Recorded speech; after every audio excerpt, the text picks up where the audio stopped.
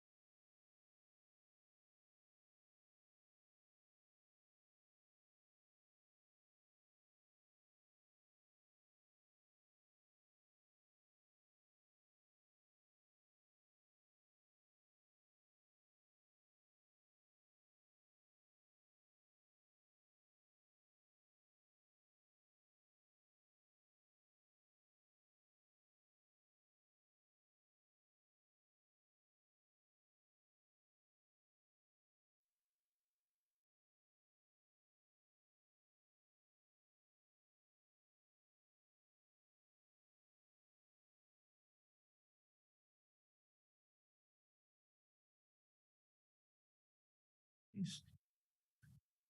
Thank you. Can I ask everyone to please mute their mics at all times unless invited to speak by myself? For those who are physically in the chamber, can I please remind you that when speaking into your mic, you need to wait until you see yourself on the screens so the live feed can pick up your comments. If you speak before your image is projected, those listening on the live feed or via Zoom won't hear anything you say. This is important in the case of a vote being required. Audio recording is being used to assist in preparing the formal minutes. Therefore, anyone participating in the meeting consents to it being recorded and being live streamed on YouTube. Also, during the course of this meeting, questions may be asked by councillors who are members of the Planning and Regulatory Services Committee, of planning officers, applicants for planning permission, objectors, or those speaking on their behalf. In doing so, councillors endeavour to ascertain the information which they feel is necessary to enable them to determine the application. However, members of the public should note that councillors won't reach a conclusion as to whether an application should be approved, refused, or deferred until the debate on the application has concluded. So on that basis, we're moving to Appendix 4 to start with, based on the fact that there are people, consultants and that in attendance. So we don't want to delay them too much. So we will proceed with Appendix 4, which is application LAO 2021-1319F. And Sinead McAvoy is going to be bringing this one to the floor. So Sinead, when you're ready, you can commence. Thank you.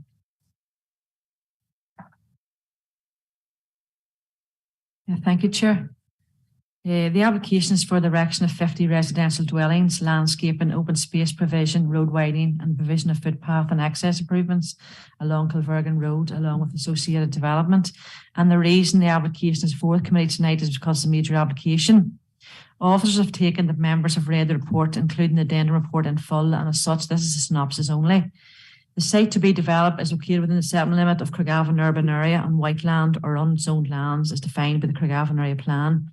In addition, a small western portion of the site is within the local landscape policy area. Having regard to the area of proposed development within the local landscape policy area and in consultation with the Historic Environment Division, when assessed against the context of a no harm test, officers are of the opinion that there is a limited impact and this is not considered detrimental on both Fairview House and Laurel Mount and the surrounding landscape arising from the proposed development. The remaining area of the site was unzoned land, and having regard to set 1, it states that favourable consideration will be given to development proposal within settlement limits and unzoned sites, provided a number of criteria are met. The cumulative nature of the test is important. Both A, the site must be in the settlement limit, and B, must be zoned to meet the favourable consideration test. The site is unzoned land, and while the site is subject to relevant criterion being satisfactorily met in set 1, the proposed development does not meet the cumulative nature of the test to which favourable consideration will be given, as such does not benefit from the advantageous starting point of favourable consideration. An assessment and consideration of the plan and merits of the proposed development as regards to design, layout and amenity has been fully considered and found to be acceptable. In relation to amenity, a noise impact assessment was carried out due to the proximity of the M1 motorway, and the conclusions reached were that there would be a low impact. An air quality impact assessment was also submitted in support of the application, which considered the impact of existing odour sources within the adjacent farm site. Officers in consultation with the Environmental Health Department are content that the air quality impact assessment has demonstrated there's no potential for significant odour impact in proximity to the proposed residential development site. A transport assessment form and statement has been submitted in support of the application. The proposed development will be accessed via an upgraded priority junction with internal road layout linking into existing access points, with visibility displays of 4.5 metres by 75 metres provided. As part of the proposal, a new 2 metre wide footpath along the site frontage will also be provided. The appropriate drainage reports have been submitted, in which Rivers Agency have no reasons to object.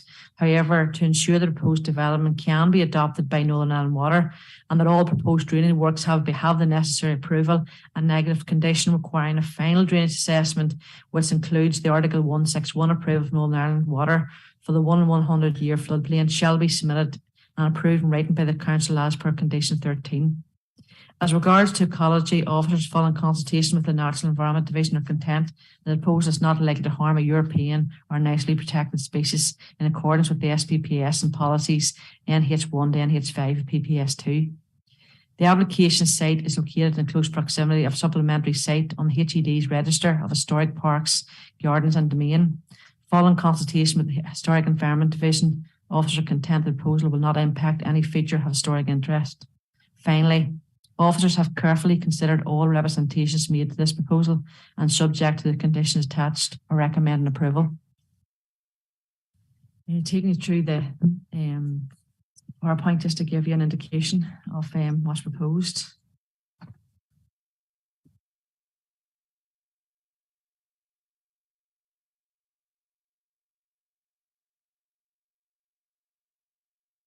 Yeah, next please, Hilary. So that's the location of the site within the general area. So it says to the northwest of Lurgan urban area. Next, please. And that's just an aerial view of the proposed site and the land, which is developed to the front of that site. Next, please, Hilary. And that's the site location plan is provided by the planning pack. Next slide, please. So that just gives an indication of the site in relation to Craigavon area plan. So it's white land, unzoned land within the development limit. Next, please. And that's a proposed site layout plan that's submitted. So the next few slides are a selection of the proposed house types, so 2-story red brick and tile roof. Next slide. And there's another one, double or dual emphasis gable. Next slide, please. Hip roof.